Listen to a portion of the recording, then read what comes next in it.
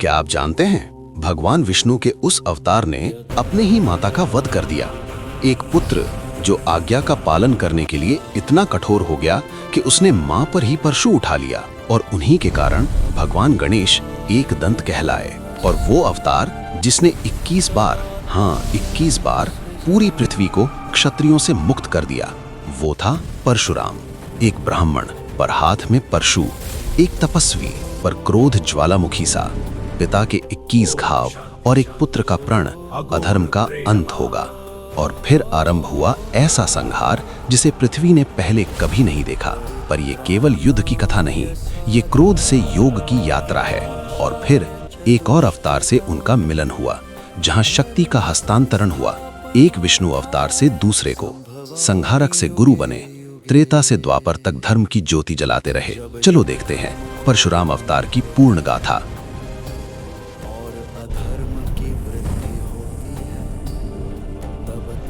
प्राचीन काल में ऋषि जमादग्नि का आश्रम था। हरियाली, शांति और तपस्या से घिरा हुआ। उनकी पत्नी थी रेणुका, एक ऐसी पतिव्रता नारी जिनकी पवित्रता के बल पर मिट्टी का घड़ा भी पानी लेकर टूटता नहीं था।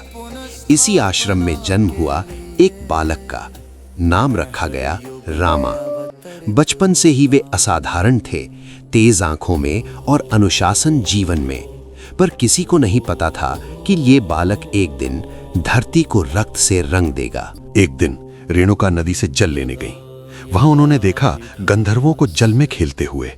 एक पल के लिए उनका मन चंचल हुआ, बस एक पल, और उसी पल उनके हाथ का मिट्टी का घड़ा टूट गया। ऋषि जमदग्नि ने अपनी योग शक्ति से सब देख लिया। उन्होंने अपने पुत्रों को बुलाया। जमादग्नि ने अपने पुत्रों से कहा, तुम्हारी माता ने अपनी पवित्रता खो दी है, जाओ उसका वध करो। चारों बड़े पुत्रों ने मना कर दिया, पर सबसे छोटा रामा, उसने बिना प्रश्न किए पिता का आदेश माना। धरती कांप उठी। ऋषि जमदग्नि प्रसन्न हुए। मांगो वरदान। रामा ने कहा, पिता मेरी माता को जीवित कर दीजिए। ऋषि ने वरदान दिया। रेणुका पुनः जीवित हुई। उस दिन रामा ने सीख लिया, आदेश ही धर्म है। ऋषि ने उन्हें दिया एक दिव्य फरसा। तब से रामा बने परशुराम।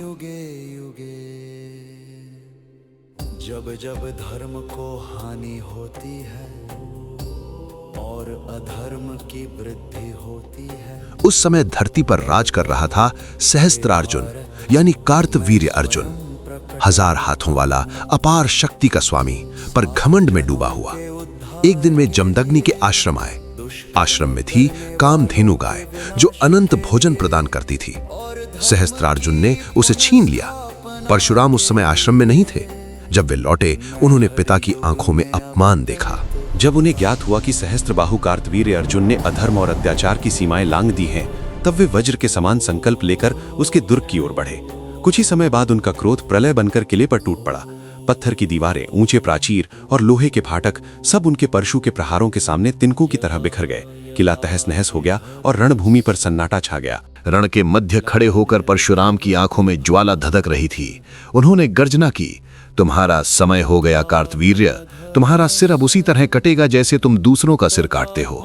उनके शब्दों में केवल क्रोध नहीं, न्याय का कठोर निर्णय भी था। फिर उन्होंने एक एक करके कार्तवीर्य की भुजाएं काट डाली। वे भुजाएं जिन पर उसे गर्व था और जिनसे उसने अनेक निर्दोषों पर अत्याचार किया था। अंततः एक प्रचंड प्रहार के साथ उसका सिर धड़ से अलग हो गया। रणभूमि पर अधर्म पर धर्म की विजय स्थापित हो चुकी थी। परशुराम कामधेनु को लेकर आश्रम की ओर लौट आए, ये सोचकर कि अन्याय का अंत हो गया। दुर्भाग्य से रक्तपात समाप्त नहीं हुआ था। जब परशुराम आश्रम से दूर थे, एक दिन प्रतिशोध की अग्नि में जलते कार्तवीर्य अर्जुन के पुत्रों ने फिर आक्रमण किया। शांत तपोभूमि क्षण भर में रणभूमि बन गई। उन्होंने महर्षि जमदग्नि सहित सभी को मार डाला। जमदग्नि पर वार हुआ 1 बार, 2 बार और फिर 21 बार। 21 घाव एक पिता के शरीर पर। जब परशुराम लौटे, उन्होंने केवल रक्त देखा और मौन। उस मौन में गूंज रही थी अधर्म की हंसी। क्रोध फिर ज्वालामुखी बन उठा। परशुराम ने प्रतिशोध लिया। कार्तवीर्य के समस्त वंशजों को तलवार के घाट उतार दिया। शवों के ढेर के सामने खड़े होकर उन्होंने अपना परशु माथे से लगाया और शपथ ली, जो भी क्षत्रिय अत्याचार करेगा वो मेरे परशु का आहार बनेगा। और फिर आरंभ हुआ वो संहार जिसे भूलोक ने पहले कभी नहीं देखा था। परशु बन गया देवी विनाश का साधन।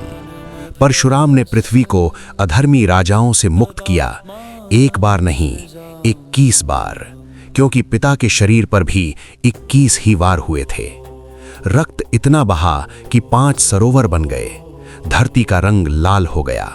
उस भूमि को नाम मिला श्यामंत पंचक, अर्थात 5 लाल सरोवरों की भूमि।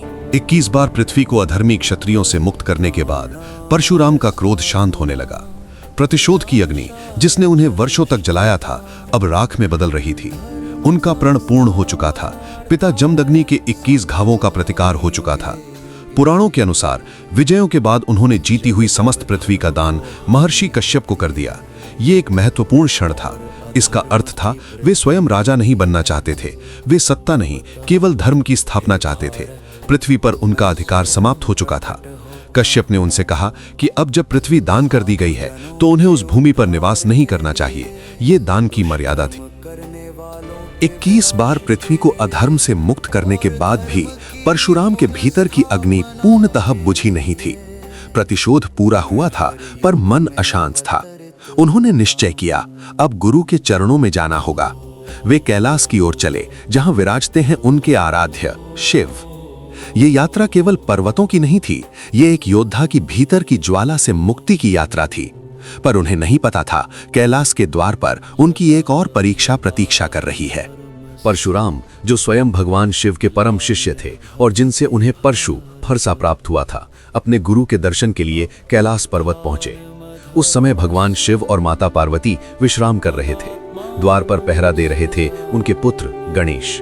गणेश ने परशुराम को रोका और विनम्रता से कहा कि इस समय महादेव विश्राम कर रहे हैं, अतः वे प्रतीक्षा करें।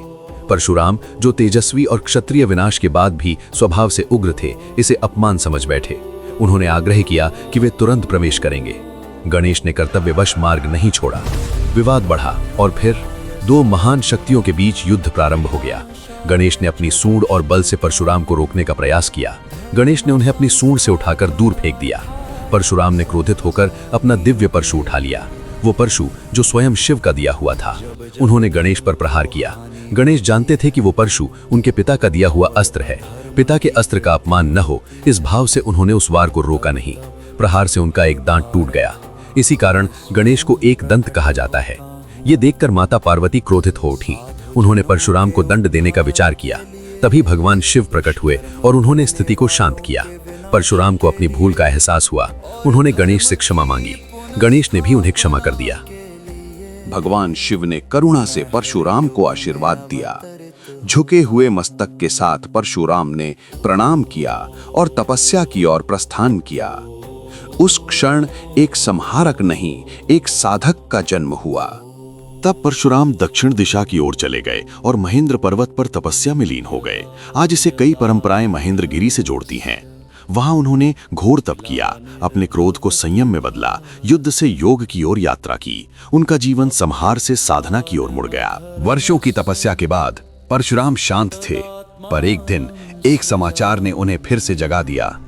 राजा जनक की सभा में जब राम ने भगवान शिव का दिव्य धनुष तोड़ दिया तो यह समाचार दूर दूर तक फैल गया। वो धनुष था स्वयं शिव का और उसे कोई साधारण पुरुष उठा भी नहीं सकता था।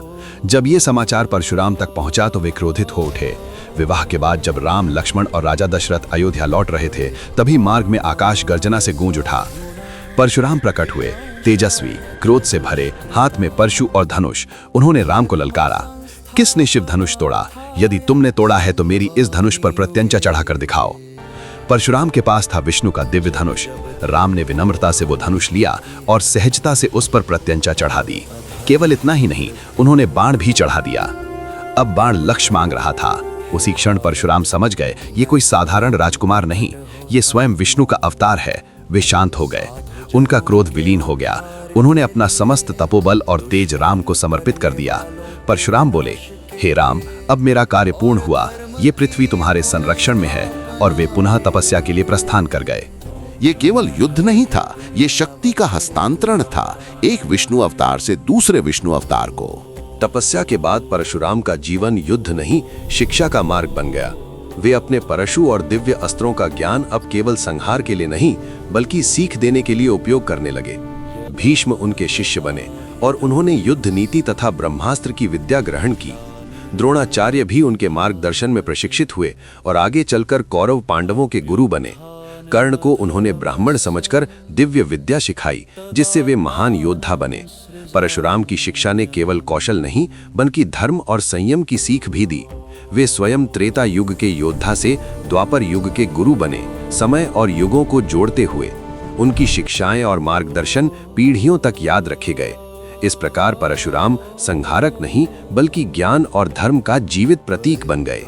परशुराम अब चिरंजीवी हैं, जो युगों के परिवर्तन में धर्म की रक्षा करते रहेंगे, और जब कलयुग में अधर्म चरम पर होगा, तब वे पुनः प्रकट होंगे धर्म की रक्षा के लिए। यदि इस कथा ने आपके हृदय को छुआ हो, यदि परशुराम की तपस्या, त्याग और धर्म ने आपको प्रेरित किया हो, तो इस दिव्य यात्रा को यहीं मत रोकिए। वीडियो को लाइक करें, अपनी भावना कमेंट में लिखें जय परशुराम, और हमारे चैनल को सब्सक्राइब करें, ताकि हर अवतार, हर महागाथा आप तक सबसे पहले पहुंचे। स्वयं प्रकट होता हूँ साधु जनों